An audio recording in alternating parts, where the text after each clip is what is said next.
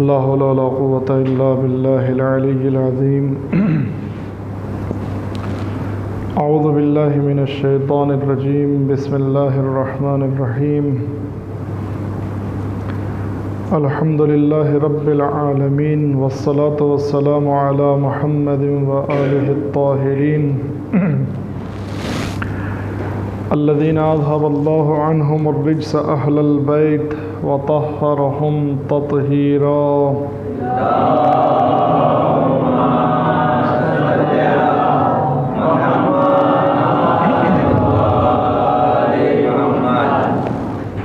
व लअनतुल्लाहि अला अअदाइहिम अजमईन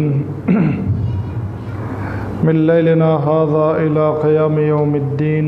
अम्मा बअद फ़क़द क़ाल सुब्हानहु व तआला फ़ी किताबिहिल मुबीन व हुवा अस्दक़ुल क़ाइलीन व क़ौलुहुल हक़।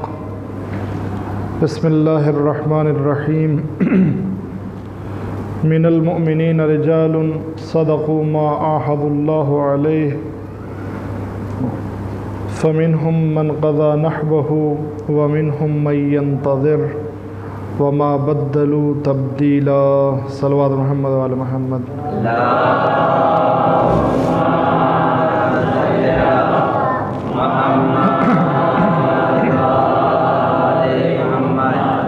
अज़ीज़ान मोहतरम, बुज़ुर्गान कौम मिल्लत, नौजवानान अज़ीज़, मुहर्रम की पहली तारीख़ है। इमाम हुसैन अलैहिस्सलाम की शख्सियत और मक़ासिद के उन्वान से आपके दरमियान गुफ्तगू जारी है। कुरान मजीद की जिस आयत की तिलावत मैंने आप हज़रात की खिदमत में की, अल्लाह ताला इरशाद फरमा रहा है, मिनल मुअमिनीन रिजालुन, मुअमिनीन में से कुछ मर्द ऐसे हैं, सदक़ू मा आहदुल्लाह अलैहि, जिन्होंने अल्लाह से किए हुए वादे को पूरा कर दिया। फ़मिनहुम मन क़ज़ा नहबहु, जिन्होंने अल्लाह से किए हुए वादे को पूरा किया, उनमें से कुछ ऐसे हैं जिन्होंने शहादत का जाम नोश कर लिया। वमिनहुम मन यंतज़िर, और कुछ ऐसे हैं कि जिन्होंने अभी शहादत का जाम नोश तो नहीं किया है, शहीद तो नहीं हुए हैं, लेकिन शहादत का इंतज़ार कर रहे हैं। वमा बद्दलू तब्दीला, ये जो इंतज़ार कर रहे हैं, ये मैदान जंग में तलवारों की आवाज़ें सुन रहे हैं, नेज़ों की मार देख रहे हैं, बहता हुआ खून देख रहे हैं, ज़ख्मी शहीदों को देख रहे हैं, लेकिन वमा बद्दलू तब्दीला, ये सब कुछ देखने के बावजूद इनके इरादे में कोई तब्दीली नहीं आई है। तवज्जो फरमाएं। आयत के चंद नुकात मैं आपकी खिदमत में अर्ज़ कर दूं मेरे अज़ीज़ों, बहुत तवज्जो से सुने। एक ही आयत है, इसमें चंद नुक्ते हैं। सबसे पहले इरशाद होता है, मिनल मुअमिनीना रिजालुन, मुअमिनीन में से कुछ मर्द हैं। तवज्जो फरमाएंगे, मुअमिनीन में से कुछ मर्द हैं जिन्होंने अल्लाह से किए हुए वादे को सच किया है, पूरा किया है। पहला नुक्ता तो यह है कि ईमान इंसान के अंदर मर्दानगी पैदा करता है, शुजाअत पैदा करता है, बहादुरी पैदा करता है। यहाँ पर जो अल्लाह कह रहा है कि मुअमिनीन में से कुछ मर्द हैं, इससे मुराद वो मर्द नहीं है जो, वो मेल नहीं है जो फीमेल के मुकाबिल में आता है, वो मर्द नहीं है जो औरत के मुकाबिल में आता है, नहीं। अगर कोई वादा वफा करने वाली खातून भी है तो वो भी इसमें शामिल है। मर्द से मुराद यहाँ पर मर्दानगी है, शुजाअत है, बहादुरी है। एक तो ये मेरे अज़ीज़ों, ये पहला नुक्ता है। मिनल मुमिनीन रिजालुन, मोमिनीन में से कुछ मर्द हैं। तो पहला नुक्ता मैंने क्या अर्ज़ किया? पहला नुक्ता मैंने अर्ज़ ये किया कि एक सलावत पढ़े मोहम्मद आले मोहम्मद पर।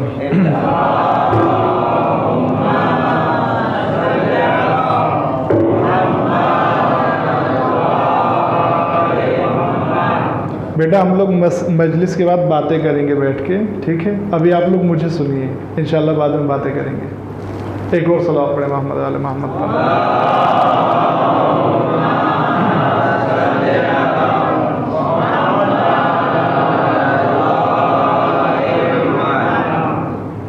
ये बचपन एक अजीब चीज़ होती है और बचपन का ज़माना है, उनके साथ जो है वो सख्ती नहीं की जा सकती है। अल्लाह ताला जो है इनको सलामत रखे, ये कौम का मुस्तक़बिल है। मेरे अज़ीज़ों, पहला नुक्ता तो ये कि ईमान इंसान को शुजाअत और बहादुरी अता करता है। आप कहेंगे मौलाना ये कैसे हो सकता है? ईमान जो है वो शुजाअत और बहादुरी अता करता है, ये कैसे मुमकिन है? हमने तो देखे हैं कि बहुत सारे लोग जो हैं मोमिन हैं लेकिन कमज़ोर हैं, खूब खाते पीते हैं, कभी भी जो है वो हेल्दी नहीं होते हैं। आप हज़रात जो है वो इधर उधर ना देखें, कभी भी हेल्दी नहीं होते हैं, खाते पीते खूब हैं।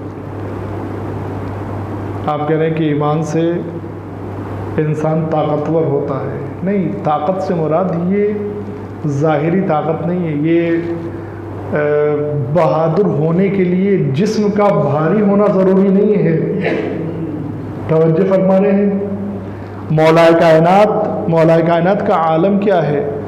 आँखें अल्लाह के गिरिया में लाल हुआ करती थी, पेट कमर से मिला हुआ था। बाज़-औक़ात जो है मौलाए कायनात की जो शमाइल और तस्वीर बयान की गई है वो गलत है कि आपका कद कम था और पेट जो है आपका ज़्यादा था, ऐसा नहीं है। नहीं, तवज्जो फरमाए मेरे अज़ीज़ों, आपका कद रिसालत से कम हो सकता है, रिसालत से कम होता है, लेकिन एक ज़ाहिर मोहतरम इमाम मासूम का कद कितना भी हो, जब इमाम आवाम के दरमियान खड़ा होता है तो सबसे ऊंचा दिखाई देता है। तवज्जो फरमाए। लिहाजा मौलाए कायनात का कद कम था, ऐसा नहीं है। ये खासियत है इमाम की, जब उम्मत के दरमियान खड़ा है उसका कद जो है वो सबसे ज़्यादा दिखाई देता है। मौलाए कायनात अगर ताकतवर और शुजा और बहादुर होने का मतलब मोटा और हेल्दी होना हो तो ऐसा तो नहीं है। कम से कम मोटा नहीं तो एक बराबर का इंसान तो हो, ऐसा नहीं है मेरे अज़ीज़ों, ऐसा नहीं है। आलम यह है कि मस्जिद में, शायर कहता है कि मस्जिद में वो गुदाज यानी नरमी, मस्जिद में वो गुदाज कि टूटे ना रोटियां, मैदान में जाके शेर गजनफर दिखाई दे। तवज्जो फरमा रहे। मस्जिद में वो गुदास कि टूटे ना रोटियां, मैदान में जाके शेर गजनफर दिखाई दे। मौलाए कायनात से बहादुर इंसान तसव्वुर नहीं किया जा सकता है उस ज़माने में। मौलाए कायनात से ज़्यादा शुजा इंसान असल किसी ज़माने में तसव्वुर नहीं किया जा सकता है, एक पैगंबर के अलावा। ये मेरा मौजू नहीं है, मुमकिन है किसी के जहन में आए कि पैगंबर कैसे मौलाए कायनात से ज़्यादा बहादुर हो सकते हैं, उनकी शुजाअत के नमूने तो हमने नहीं देखे। नहीं, इमाम और नबी की खासियत ये है मेरे अज़ीज़ों, जितने भी अच्छे सिफात हैं वो इमाम या नबी के ज़माने में सबसे ज़्यादा इमाम या नबी के अंदर होने चाहिए। अगर ऐसा न हो तो फिर लोग उसकी तरफ जाएंगे क्यों? लिहाजा सारे अच्छे सिफात, अगर शुजाअत बहादुरी अच्छी सिफत है तो फिर नबी के अंदर शुजाअत होनी चाहिए, बहादुरी होनी चाहिए, सबसे ज़्यादा होनी चाहिए। इमाम के अंदर शुजाअत और बहादुरी सबसे ज़्यादा होनी चाहिए। ईमान इंसान को ताकतवर बनाता है, शुजा बनाता है, बहादुर बनाता है। लेकिन इंसान मोहतरम, इसके लिए, शुजाअत के लिए, बहादुरी के लिए उम्र की कैद नहीं है, बदन की कैद नहीं है, हाइट की कैद नहीं है, जेंडर की कैद नहीं है। तवज्जो फरमाएंगे, मर्द हो या औरत हो, बच्चा हो या बड़ा हो, बूढ़ा हो या जवान हो, कमजोर हो या ताकतवर हो, जो भी है, अगर ईमान है तो ईमान मजबूती अता करता है मेरे अज़ीज़ों, ईमान ताकत अता करता है। अगर मोमिन होने के बावजूद, अगर शिया होने के बावजूद मेरे अंदर कमजोरी है, तो फिर मुझे अपने जिस्म में नहीं बल्कि पहले अपने ईमान में कमजोरी तलाश करनी चाहिए। अपने ईमान को तलाश करना चाहिए कि कहीं ईमान में तो कोई कमजोरी नहीं है। मैं मिसालें देता हूं आपकी खिदमत में मेरे से। सबसे पहली मिसाल तो मौला कायनात खुद है। आलम यह है कि पेट कमर से मिला हुआ है। क्यों? अली का खाना क्या है मेरे अज़ीज़ों? तवज्जो फरमाएंगे, मौला कायनात का खाना क्या है? खुद फरमाते हैं, मैंने अपने नफ्स को रोटी की जगह पर 2 सूखे टुकड़े और सालन की जगह पर नमक पर राजी कर लिया है। यानी रोटी की जगह पर 2 सूखे टुकड़े खाता हूं और सालन की जगह पर नमक। इससे ज्यादा अली को कुछ नहीं चाहिए, दुनिया से अली को कुछ नहीं चाहिए। मौला कायनात गरीब थे, पैसा नहीं था मौला कायनात के पास, नौजुबिल्ला। सलावत पढ़े मोहम्मद अली मोहम्मद पर।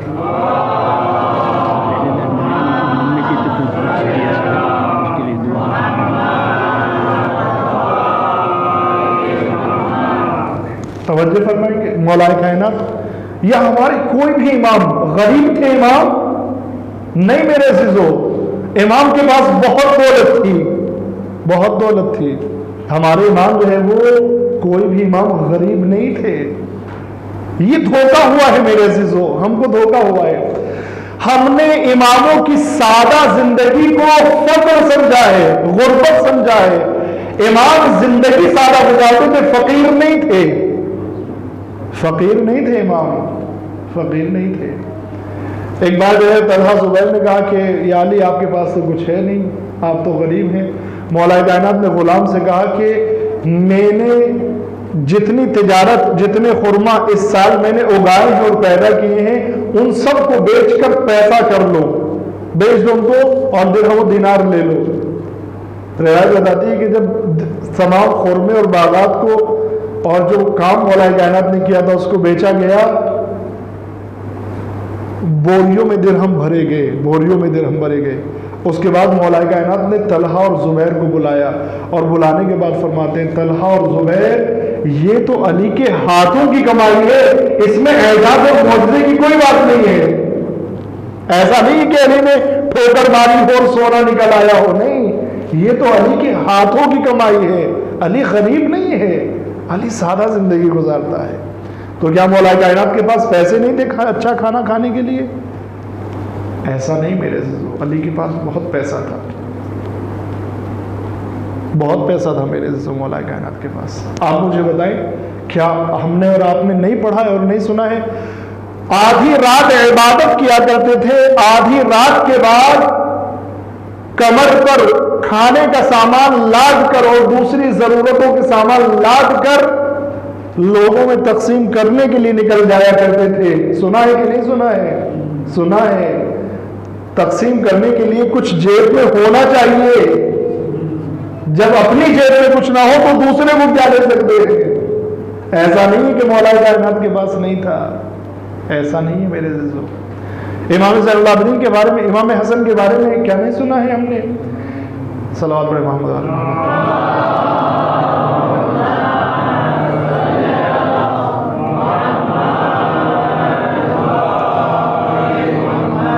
इमाम हसन अलैहिस्सलाम ने जिंदगी में 2 मरतबा अपने घर का पूरे सामान का आधा अल्लाह की राह में खर्च किया है। कुछ रहा होगा तो खर्च किया है ना।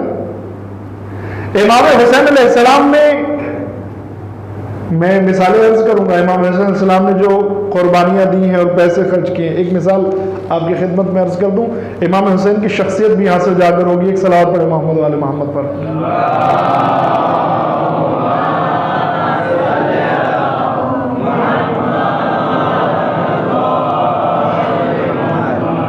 जनाब इमाम हुसैन, इमाम हसन और जनाब जाफर बिन अब्दुल्ला मदीने से मक्की की तरफ रवाना हुए। मदीने से मक्की की तरफ रवाना हुए, अल्लाह के घर की ज़ियारत के लिए जा रहे हैं। रास्ते में एक बयाबान में भूख और प्यास की शिद्दत हुई, पानी खत्म हो गया। देखा कि एक झोपड़ी बनी हुई जंगल में, वहां पर पहुंचे, आवाज़ दी कोई है। एक ज़ईफ़ा ने जवाब दिया कि हाँ मैं यहाँ पर मौजूद हूँ। इमाम हसन ने फरमाया कि हम लोग मुसाफिर हैं, सफ़र कर रहे हैं, खाना पानी हमारा ख़त्म हो गया है, क्या तुम्हारे पास कुछ है कि हमें खिला सको और पिला सको?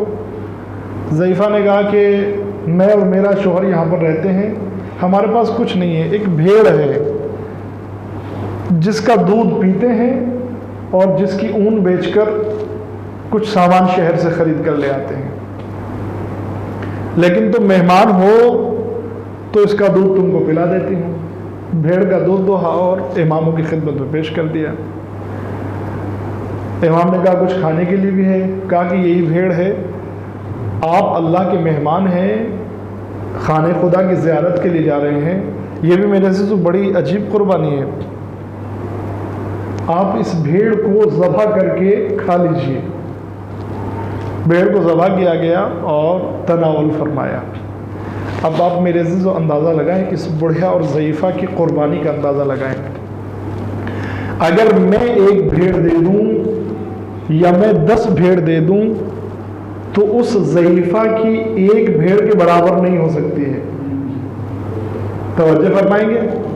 अगर मैं एक भेड़ या 10 भेड़ या 50 भेड़ भी दे दूं, मैं भी अपनी हैसियत के एतबार से बात कर रहा हूं, आपज़ात की जैसी हैसियत है वैसे सोचिए। अगर मैं 50 भेड़ भी दे दूं, अगर मैं 100 भेड़ भी दे दूं तो उसकी एक भेड़ के बराबर नहीं होगी। क्यों? इसलिए कि मेरी हैसियत है 100 भेड़ देने की, उसकी हैसियत, उसका तो सब कुछ एक ही भेड़ था, यानी उसने एक भेड़ नहीं दी है, अपनी पूरी जिंदगी का सरमाया दे दिया है, पूरी जिंदगी का सरमाया दे दिया। अब ये जो है तनावल करके जाने लगे। जाने से पहले कहा कि देखो, अगर तुम्हें कभी ज़रूरत पड़े तो मदीने में आना, मदीने में आने के बाद किसी से हमारा घर पूछ लेना, महल बनी हाशिम में आना और हसन, हुसैन और अब्दुल्ला का घर मालूम कर लेना। अब ये तीनों हजरात आगे बढ़ गए और इमाम इन लोगों के जाने के बाद उस ज़ईफ़ा का शौहर जंगल से वापस आया। कहा कि भेड़ कहाँ है? कहा 3 मुसाफिर आए थे, कहा उनसे कुछ दिरहम और दीनार बेचा था, इसको ले लिए थे? कहा नहीं। कहा फिर अब क्या होगा? कहा कि मैंने ज़ाहिर खुदा को खिलाया है। तवज्जो फरमाए मेरे अज़ीज़ों, मैंने ज़ाहिर खुदा को खिलाया है, अब हमारा अल्लाह मालिक है। कुछ दिन बाद जो है मोहताज हो गए, गरीब हो गए। सलावत पढ़े मोहम्मद वाले मोहम्मद पर।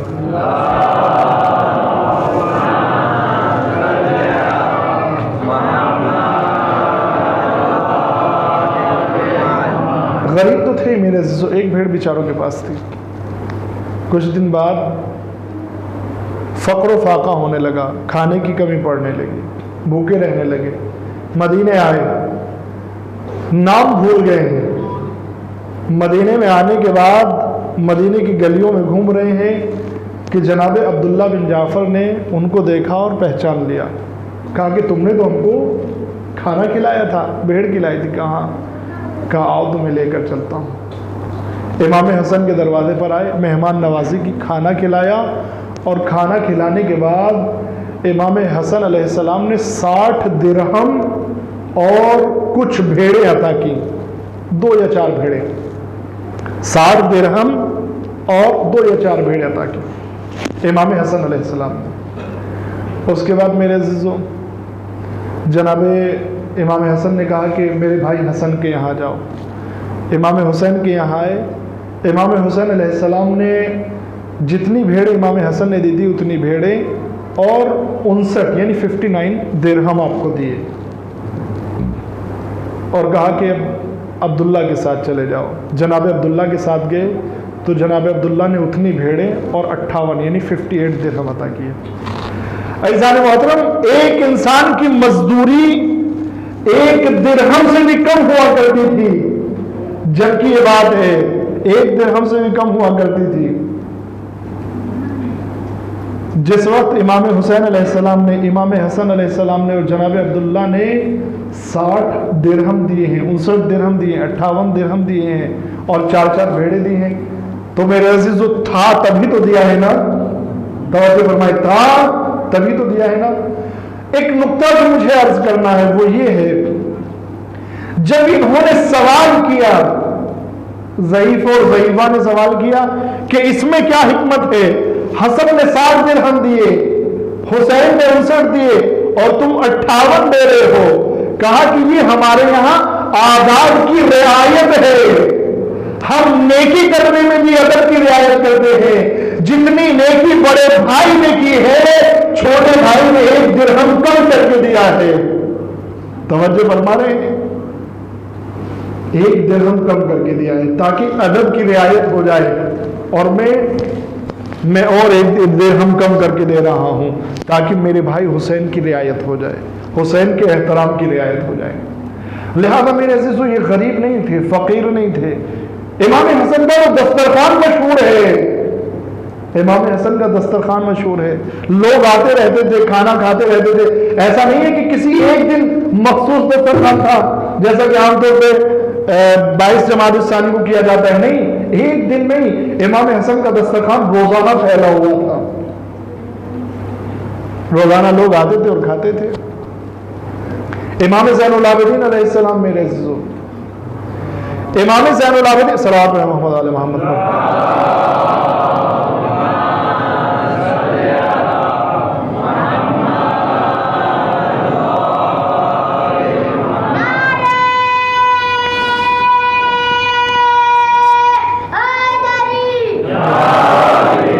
इमाम हसन अलैहिस्सलाम ने, इमाम ज़ैनुल आबिदीन अलैहिस्सलाम ने 10,000 गुलाम खरीदे हैं अपनी जिंदगी में, लेकिन गुलामों को गुलामी करने के लिए नहीं खरीदा, गुलामों को खरीदा ताकि गुलामी से आजाद कर सके। 10,000 गुलाम खरीदे, हर साल गुलाम खरीदते थे। ईद के बाद आप शव्वाल के महीने से गुलाम खरीदने शुरू किया करते थे और पूरे 11 महीने तक तरबियत करते थे उनकी, और माह रमजान के आगाज से आजाद करना शुरू कर देते थे। कुछ पहली शब में, कुछ दूसरी शब में, तीसरी शब में, चौथी शब में, यहां तक कि आहिस्ता आहिस्ता साल में, शव्वाल में जितने गुलाम खरीदे हैं सबको रमजान में आजाद कर देते थे। मेरे अजीजों, 10,000 गुलाम खरीदने के लिए पैसा चाहिए कि नहीं चाहिए? पैसा चाहिए कि नहीं चाहिए? सन 63 हिजरी में, यानी इमाम हुसैन की शहादत के 2 साल बाद, लेकिन यजीद मलाऊन 3 साल खलीफा रहा है, 3 साल हाकिम रहा। 3 साल में 3 बड़े कारनामे, बुरे कारनामे इसने अंजाम दिए। पहले साल सन 61 हिजरी इमाम हुसैन अलैहिस्सलाम को शहीद किया, करबला का वाकया पेश आया। दूसरे साल में खाने काबा पर हमला किया, अल्लाह के घर की तौहीन की। और तीसरे साल सन 63 हिजरी में, सन 63 हिजरी में रसूल के शहर मदीना पर हमला किया। जब रसूल के शहर मदीने पर हमला हुआ, उस जमाने में यह ऐलान कर दिया था कि जो भी इमाम ज़ैनुल आबिदीन के घर में पनाह ले ले उस पर कोई हमला नहीं करेगा। अब मेरे अज़ीज़ों, हम लोग समझते हैं कि इमाम नौजुबिल्लाह कमजोर थे, लागर थे, बीमार थे, बीमार करबला में हुए थे। तवज्जो फरमाए मेरे अज़ीज़ों, बीमार करबला में हुए थे, वरना इमाम ज़ैनुल आबिदीन अलैहिस्सलाम तो बहुत ताकतवर थे। 9 मुहर्रम को जब लश्कर का मुआयना करके आते हैं इमाम ज़ैनुल आबिदीन, तो आने के बाद इमाम हुसैन से कहते हैं, जनाब अब्बास से कहते हैं, चाचा जान ये तो इतना सा लश्कर है, एक तरफ से मैं हमला करूंगा, एक तरफ से भैया अली अकबर हमला करेंगे, आप सिर्फ खड़े हुए देखते रहना। ये शुजाअत थी इमाम सज्जाद अलैहिस्सलाम की। मदीने में ऐलान कर दिया गया कि जो भी इमाम सज्जाद के घर में पनाह ले ले उस पर हमला नहीं किया जाएगा।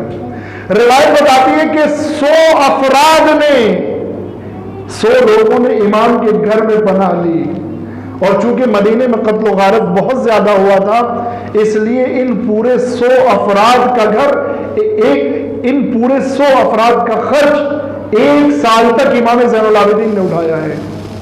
कितने अफराद का खर्च? 100 अफराद का खर्च। मेरे अज़ीज़ों, आप तवज्जो फरमाएंगे। अब कोई कह सकता है कि इमाम गरीब थे, इमाम के पास पैसा नहीं था।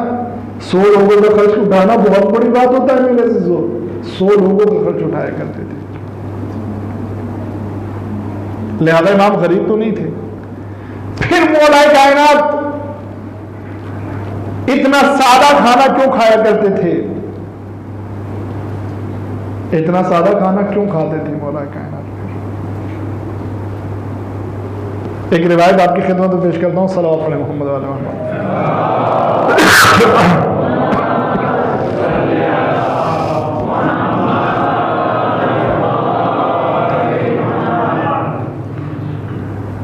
एक रोज मौला कायनात जंगल में काम कर रहे हैं, वहां से एक शख्स को गुजर हुआ आया, हाफ रहा है, थका हुआ है। मौला कायनात से मुलाकात हुई। मौला कायनात ने पूछा, क्या बात है, कोई खिदमत कर सकता हूँ?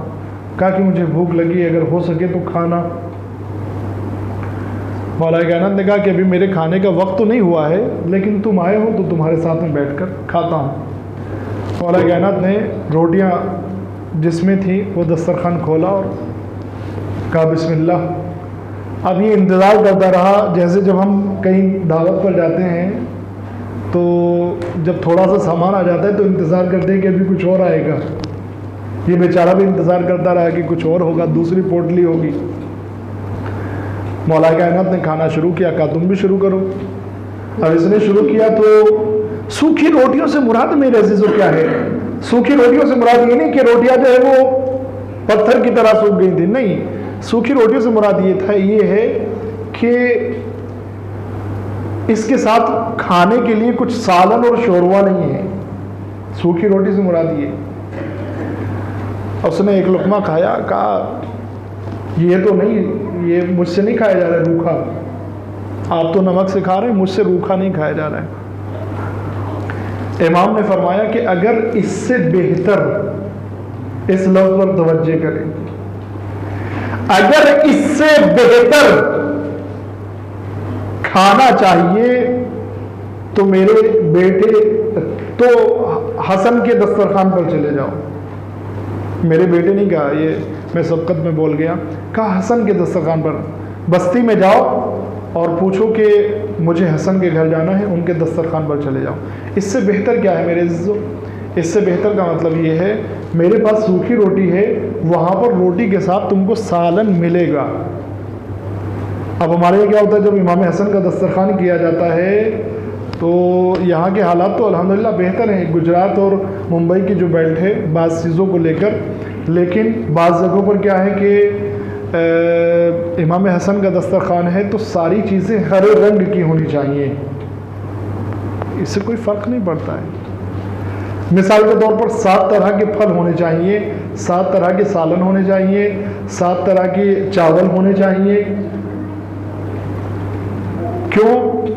मौला कायनात ने कहा था कि इससे बेहतर, मौला कायनात ने कहा था कि उससे बेहतर जो मौला कायनात खा रहे हैं। अल्लाह ताला, मेरा मकसद ये नहीं कि इमाम हसन के नाम पर ना करें, नहीं, इमामों के नाम पर तो पूरी जिंदगी भी लुटा सकते हैं, पूरा माल भी लुटा सकते हैं, लेकिन शरीयत बनाकर पेश ना करें कि ऐसा इमाम ने किया था। अपनी मर्जी से आप जो करना चाहते हैं करें, इसमें कोई हरज नहीं है। इमाम ने फरमाया कि इससे बेहतर अगर चाहिए तो जाओ, बस्ती में जाकर हसन के दस्तरखान पर, अब इज़ान मोहतरम ये आया, इमाम हसन के दस्तरखान पर खाना खाने लगा। तवज्जो फरमाए मेरे अज़ीज़ों, एक सलात है मोहम्मद वाले मोहम्मद पर।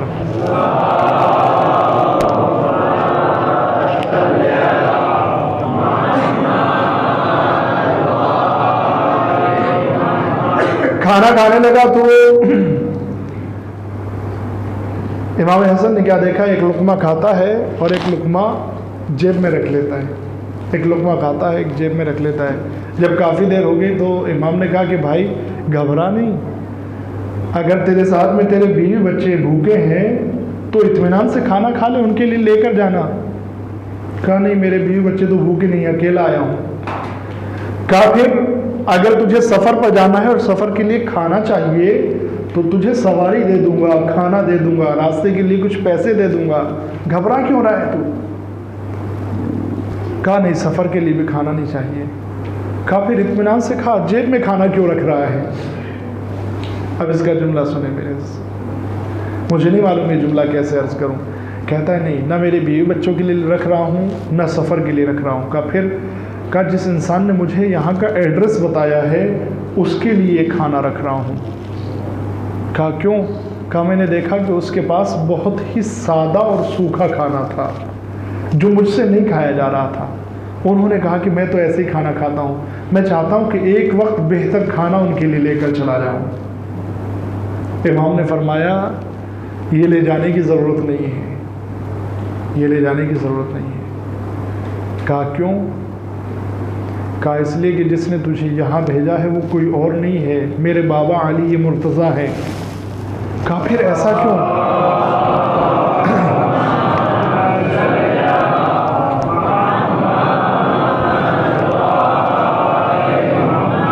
कहा फिर ऐसा क्यों है? आप बेहतर खाना खा रहे हैं, बेहतर खाना खिला रहे हैं दूसरों को, आप दूसरों को बेहतर खाना खिला रहे हो, खुद आपके वालिद इतना सादा खाना खा रहे हैं, सूखा, उसके साथ में कुछ है नहीं। इमाम ने फरमाया कि मेरे बाबा ऐसा ही चाहते हैं, उनकी ख्वाहिश ऐसे ही है। कहा ऐसी ख्वाहिश क्यों उनकी, ऐसा क्यों चाहते हैं?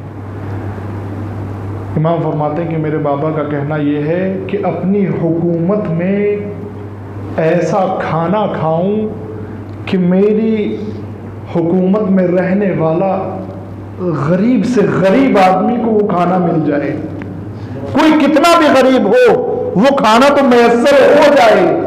तवज्जो फरमा रहे मेरे अज़ीज़ों, कोई कितना भी गरीब हो, 2 टुकड़े तो मैसर हो जाएंगे ना, 2 टुकड़े तो कहीं से मिल जाएंगे। कहा क्यों? कहा इसलिए कि क़यामत के दिन कोई ये ना कह सके मेरे दर्द को किसी ने नहीं समझा, मैं दुनिया में सबसे ज्यादा गरीब था इसलिए तेरी इताअत नहीं कर सका। कल को कोई क़यामत के दिन ये ना कह सके, कल को कोई क़यामत के दिन ये ना कह सके मेरे पास कुछ नहीं था, मेरे लिए कोई आइडियल नहीं आया, जो आइडियल आए थे वो अमीर लोगों के लिए आए थे इसलिए कि उनके पास पैसा था, मैं तो गरीब था, मेरे लिए कोई आइडियल होना चाहिए। कहा नहीं, हर इंसान के लिए आइडियल बनना चाहता हूं। अगर किसी के पास कुछ नहीं है तो उसके लिए भी आइडियल है, उनके लिए भी रहनुमा है मेरे। तो मौला कायनात अगर हल्का खाते हैं, सादा खाते हैं तो इसका मतलब ये नहीं मेरे अज़ीज़ों कि मौला कायनात के पास नहीं है।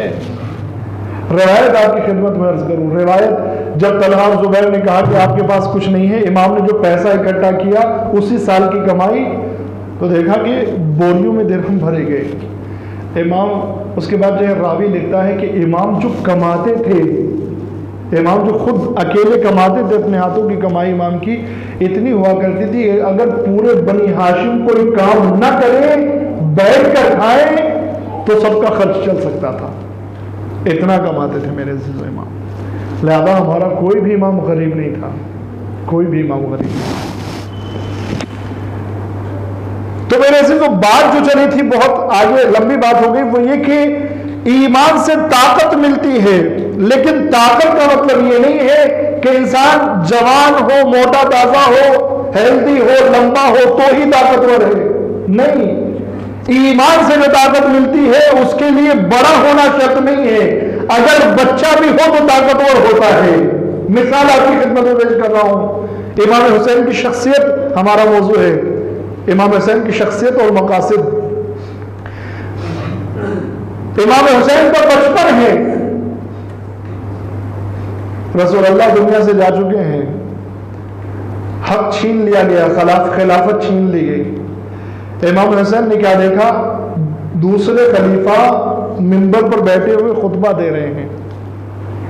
अब मेरे अजीजों, इमाम हुसैन मस्जिद को चीरते हुए, मजमे को चीरते हुए आगे पहुंचे मिंबर के पास, और मिंबर के पास आने के बाद एक मर्तबा दूसरे खलीफा से मुखातब होकर कहते हैं अंजिल अन मिंबर अबीक वसअद अला मिंबर अबीक।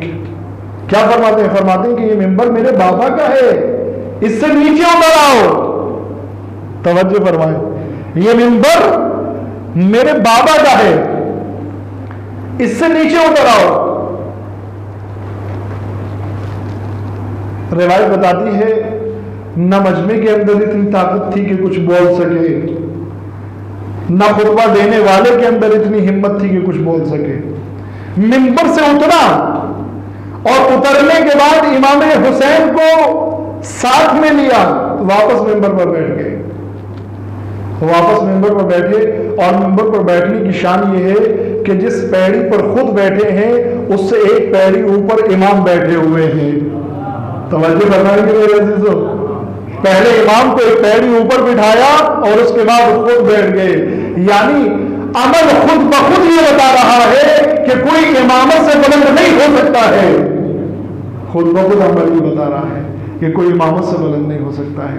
और उसके बाद मेरे अजीजों, उसके बाद आवाम से, लोगों से बात करना बंद कर दिया और इमाम हुसैन से एक जुमला कहते हैं। तवज्जो फरमाएंगे, इमाम हुसैन से जुमला कहते हैं, बेटा तुमने सही कहा, हुसैन तुमने बिल्कुल सही कहा, ये मिंबर तुम्हारे ही बाप का है।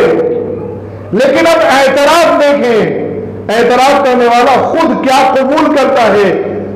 ये कहने के बाद कि मिंबर तुम्हारे ही बाप का है, उसके बाद कबूल करते हैं इस बात को और कहते हैं लेकिन मेरी परेशानी ये है कि इसको छोड़कर जाऊं तो कहां जाऊं, इसलिए कि मेरे बाप का कोई मिंबर ही नहीं है। सलाम पढ़े मोहम्मद अली मोहम्मद पर।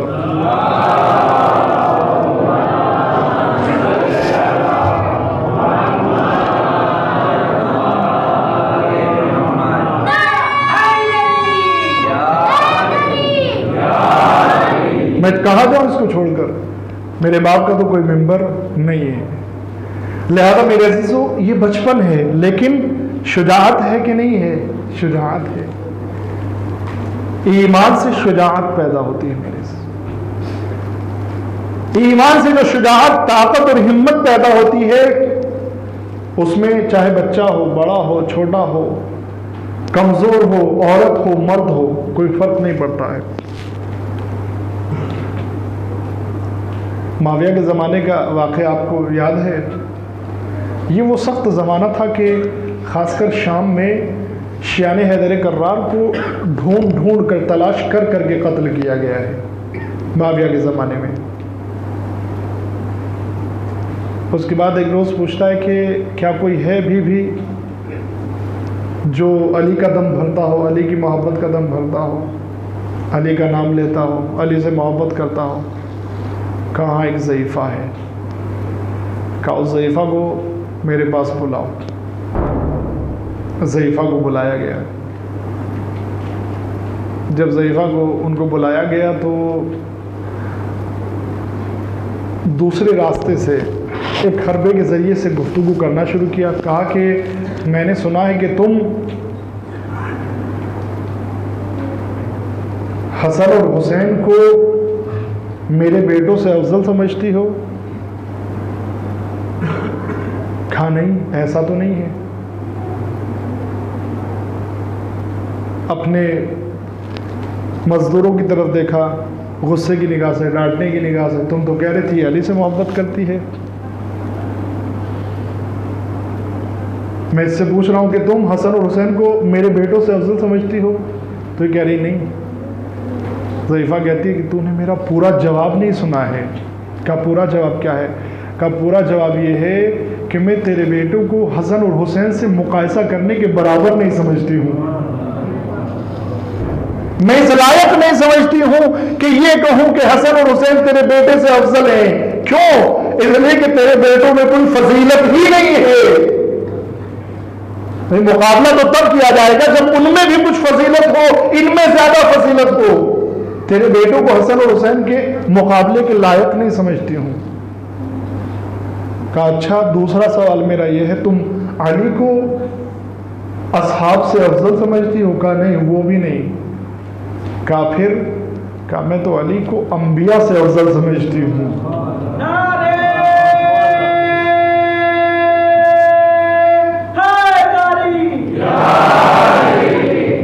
मैं तो अली को अंबिया से अफजल समझती हूं। असहाब की क्या हैसियत है कि अली की बराबरी करें? अंबिया से अफजल समझती हूं अली को।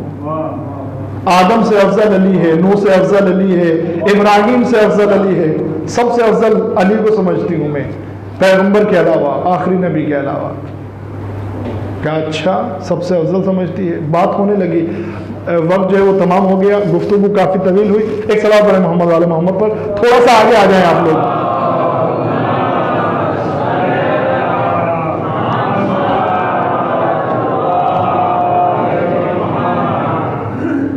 अंबिया से अफजल समझती हूं। अब अंबिया से अफजल समझती हूं, उसकी दलीलें पूछी गई, वो दलीलें दी उन खातून ने। अभी जो वक्त ज्यादा हो गया, वो दलीलें अर्ज करने का मौका नहीं है, इंशाल्लाह फिर कभी मौका रहा, याद रहा तो अर्ज करूंगा। आखिर में जब सब बात खत्म हो गई और अमीर शाम के पास कोई जवाब ना रहा, तो कहा कि इसको दिरहम और दीनार की 4 थैलियां लाकर दे दी जाए। 4 थैलियां लाकर दिरहम और दीनार की लाकर दे दी जाए। 4 थैलियां लाकर दी और उन्होंने जो है वो चारों थैलियां ले ली, कबूल कर लिया। जब कबूल कर लिया तो कहा कि ज़ईफ़ा, अब तो मैंने तुझे 4 थैलियां अता कर दी हैं, अब तो कुछ मेरे हक में बोल। ज़ईफ़ा ने कहा कि अली वालों का कमाल ही ये है कि दिरहम और दीनार में नहीं बिकते हैं। तवज्जो फरमा रहे हैं, दिरहम और दीनार में नहीं बिकते हैं। कहा तो अच्छा फिर ये बता, ये जाते जाते जलील करके जा रही है। कहा तो ये बता, मैंने 4 थैलियां दी हैं, अगर अली होते तो क्या 4 थैलियां दे देते? कहा नहीं, हरगिज़ नहीं देते, हरगिज़ नहीं देते। कहा वो क्यों?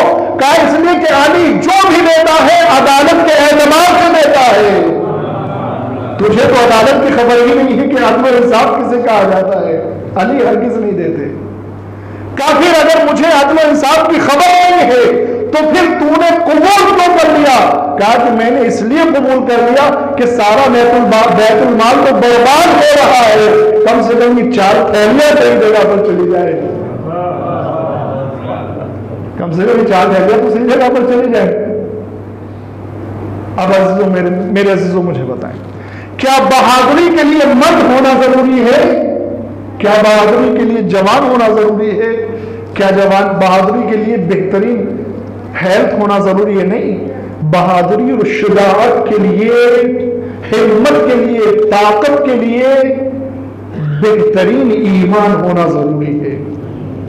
कुरान मजीद जो कह रहा है, मिनल मुमिनीन रिजालुन, मोमिनीन में से कुछ मर्द हैं, ताकतवर हैं, बहादुर हैं, डर नहीं है इनके अंदर। मेरे अजीजों, अगर ईमान होने के बावजूद शुजाअत नहीं है आपके अंदर, तो फिर ईमान को तलाश करें, कहीं ईमान में कमजोरी तो नहीं है, ईमान में कहीं कमजोरी तो नहीं है। इसलिए कि अगर ईमान मजबूत हो तो एक इंसान लश्कर को ललकारता है। फलसफा क्या है मेरे अजीजों? ईमान से शुजाअत कैसे आती है, हिम्मत कैसे आती है, ताकत कैसे आती है? ईमान से ताकत इसलिए आती है मेरे अजीजों, दुनिया के डर और खौफ, इंसान के डर और खौफ की जो वजह हो सकती है, बुज़दिली की जो वजह हो सकती है, वो कुछ चीजें हैं। लालच, जिंदगी से प्यार, माल से प्यार, दुनिया से लगाओ। लेकिन मेरे अजीजों, जब इंसान ईमान कबूल कर लेता है और उसका ईमान मजबूत हो जाता है, तो फिर लालच उसके अंदर नहीं रहता है।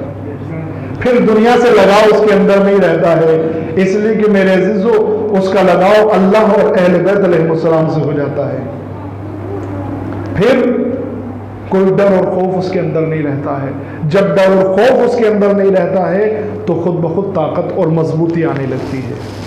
लिहाजा मेरे अजीजों, सबसे पहले कोशिश करें, अगर हमारे यहाँ बुज़दिली और कमज़ोरी है तो इसको दूर करें। इमाम हुसैन अलैहिस्सलाम का वाक़या मैंने आपकी खिदमत में पेश किया। बचपन में इस शुजाअत के साथ भरे मजमे में, जहां पर सब उनकी गाने वाले थे, वहां पर इमाम ने कहा कि मेरे बाबा के मिंबर से नीचे उतरा। ये शुजाअत है, ये शख्सियत है मेरे अज़ीज़ों इमाम हुसैन अलैहिस्सलाम की। बस मेरे अज़ीज़ों, आज की गुफ्तगू को यहीं पर तमाम किया। मुहर्रम की पहली तारीख़ है मेरे अज़ीज़ों। रवानगी के थोड़े से हालात सुबह की मजलिस में मैंने अर्ज़ किया आपकी खिदमत में, थोड़े से हालात अब पेश करता हूँ। काफ़िला मदीने से रवा होने लगा। बीबियाँ खुदा हाफिज़ कर रही हैं, सुगरा से और दूसरी बीबियों से।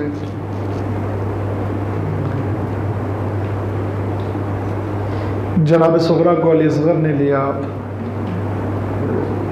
किसी के पास नहीं आते हैं कि इमाम हुसैन ने कान में कुछ कहा और अली असगर हुमक कर आ गए।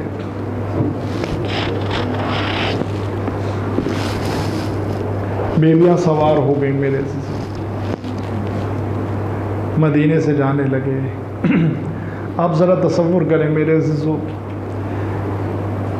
कोई अपनी मर्ज़ी से अपना वतन छोड़कर जाता है बिज़नेस के लिए, कारोबार के लिए, कहीं दूसरी जगह पर जॉब के लिए कहीं दूसरी जगह पर शिफ्ट होता है, उसको भी एहसास होता है। जो अपनी मर्ज़ी से काम कर रहा है उसको भी वतन की याद आती है। लेकिन मेरे अज़ीज़ों, जिसको वतन छोड़ना पड़ रहा है, जिसको जाना पड़ रहा है, अंदाज़ा लगाएं उसके दिल पर क्या गुजरेगी। और जबकि मेरे अज़ीज़ों हालत ये है कि इसी वतन में नाना की कब्र है, इसी मदीने में माँ फ़ातिमा की कब्र है, इसी मदीने में भैया हसन की कब्र है। मेरे अज़ीज़ों, नाना की कब्र पर गए और नाना की कब्र पर जाने के बाद खुदा हाफ़िज़ी की, माँ की कब्र से खुदा हाफ़िज़ी की, भैया की कब्र से खुदा हाफ़िज़ी की, चलने के लिए तैयार होने लगे। काफ़िला चल पड़ा मेरे अज़ीज़ों, काफ़िला चलने लगा। अभी काफ़िला कुछ दूर चला था, आपने सुना होगा, मशहूर है, उलमा और ज़ाकिरीन पढ़ते हैं। जैसे काफ़िला भी कुछ दूर चला था, पीछे से किसी के आने की आहट महसूस हुई। अल्लाहु अकबर। जैसे ही आहट महसूस हुई, जनाब अब्बास ने देखा। इमाम हुसैन ने पूछा कि मेरे भाई कौन है? कहा कि कोई खातून नज़र आ रही हैं। काफ़िले को रोका गया। जब काफ़िले को रोका गया, क्या देखा? अभी काफ़िला ज़्यादा दूर ना गया था मेरे अज़ीज़ों, काफ़िले को रोका गया। वो खातून आगे आई तो देखा जनाब उम्मुल बनीन आ रही हैं, जनाब उम्मुल बनीन आ रही हैं। जनाब उम्मुल बनीन आई, इमाम हुसैन से कहती हैं, मेरे लाल हुसैन, मैं अब्बास को ले जाना चाहती हूँ। इमाम हुसैन ने फरमाया, अम्मा उम्मुल बनीन, अब्बास आपका इख्तियार है अब्बास पर, आप अब्बास को ले जाइए। कहा नहीं मेरे लाल, हमेशा के लिए नहीं ले जा रही हूँ, थोड़ी देर काफ़िले को रोको, मुझे अब्बास से कुछ वादा लेना है। अब्बास को लिया, कब्र रसूल पर पहुँची और कब्र रसूल पर पहुँचने के बाद अब्बास के एक हाथ को कब्र रसूल पर रखा। पूछा मेरे लाल अब्बास ये क्या है? कहा अम्मा जान, ये मेरे प्यारे नाना की कब्र है, ये रसूलुल्लाह की कब्र है।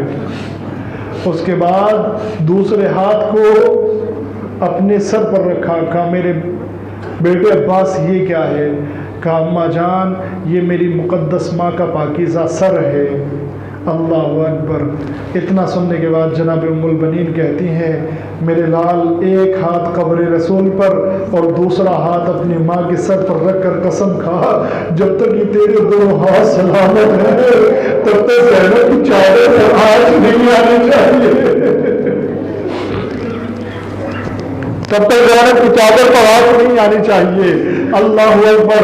जनाब अब्बास ने वादा किया, अम्मा जान जब तक अब्बास के बाजू सलामत रहेंगे तब तक ज़ैनब की चादर पर आँच नहीं आएगी। यही वजह है मेरे अज़ीज़ों, जब अब्बास को मैदान में जाने की इजाजत मिली, ज़ैनब से खुदा हाफिज़ी के लिए आए, ज़ैनब ने तमाम बीवियों को इकट्ठा किया, बीवियां कहने में इकट्ठा हो गई। एक मरतबा ज़ैनब ने कहा, ए बीवियों मुझे माफ कर देना, मदीने से तुम्हारे पर्दे की जमानत लेकर आई थी, मैं अपनी जमानत को वापस ले रही हूँ। बीवियों ने पूछा ये क्या हुआ? का जिस हाथों के बलबूते पर, जिन हाथों के फख्र पर मैंने तुम्हारे पर्दे की जिम्मेदारी ली थी, आज से वो मासूम सलामत न रहेंगे। मेरा भाई अब्बास जा रहा है। इन्ना लिल्लाहि व इन्ना इलैहि राजिऊन। सयअलमुल्लज़ीना ज़लमू अय्य मुनक़लिबिन यनक़लिबून। खुदा बिहक़्क़ि ज़हरा व अबीहा व बालिहा व बनीहा माबूद। चाहे मासूमीन का वास्ता, शुहदाए करबला का वास्ता, खुदाया इमाम ज़माना के ज़हूर में ताजील फरमा, हम इनके अंसार आवान में शुमार फरमा। माबूद तो करीम है, करम फरमा, रहीम रहम नाज़िल फरमा। खुदाया हमारे पास निजात का कोई सामान और ज़रिया नहीं है, इन्हीं मजलिसों को हमारी निजात का ज़रिया करार दे। खुदाया जो हाथ तेरी बारगाह में फैले हुए हैं, इन पर अपनी नेमतें, बरकतें, रहमतें नाज़िल फरमा। माबूद शुहदाए करबला का वास्ता, खुदाया जो बीमार हैं उनको शिफाए आजिल व कामिल इनायत फरमा। खुसूसन जिन बीमार के लिए शिफा की दुआ के लिए गुजारिश की गई है, ख़ासकर हमारे सांगली में एक मोमिना बीमार हैं, खुदाया उनको जल्द अज जल्द शिफाए कामिल व आजिल इनायत फरमा, सेहत व सलामती इनायत फरमा। माबूद चहल मासूमीन का वास्ता, शुहदाए करबला का वास्ता, इस कौम में बेदारी इनायत फरमा। मकसद इमाम हुसैन अलैहिस्सलाम को समझने और उसके मुताबिक अमल करने की तौफ़ीक़ इनायत फरमा। इमाम ज़माना के ज़हूर में ताजील फरमा, हमें इनके अंसार आवान में शुमार फरमा। आप हज़रात से गुजारिश है कि जिन मोमिना के लिए अभी दुआ भी कराई है मैंने, उनकी शिफा के लिए, सेहत के लिए और तमाम बीमारों की शिफा और सेहत के लिए 5 मरतबा अम्मे यूजिब पढ़ें। बिस्मिल्लाह।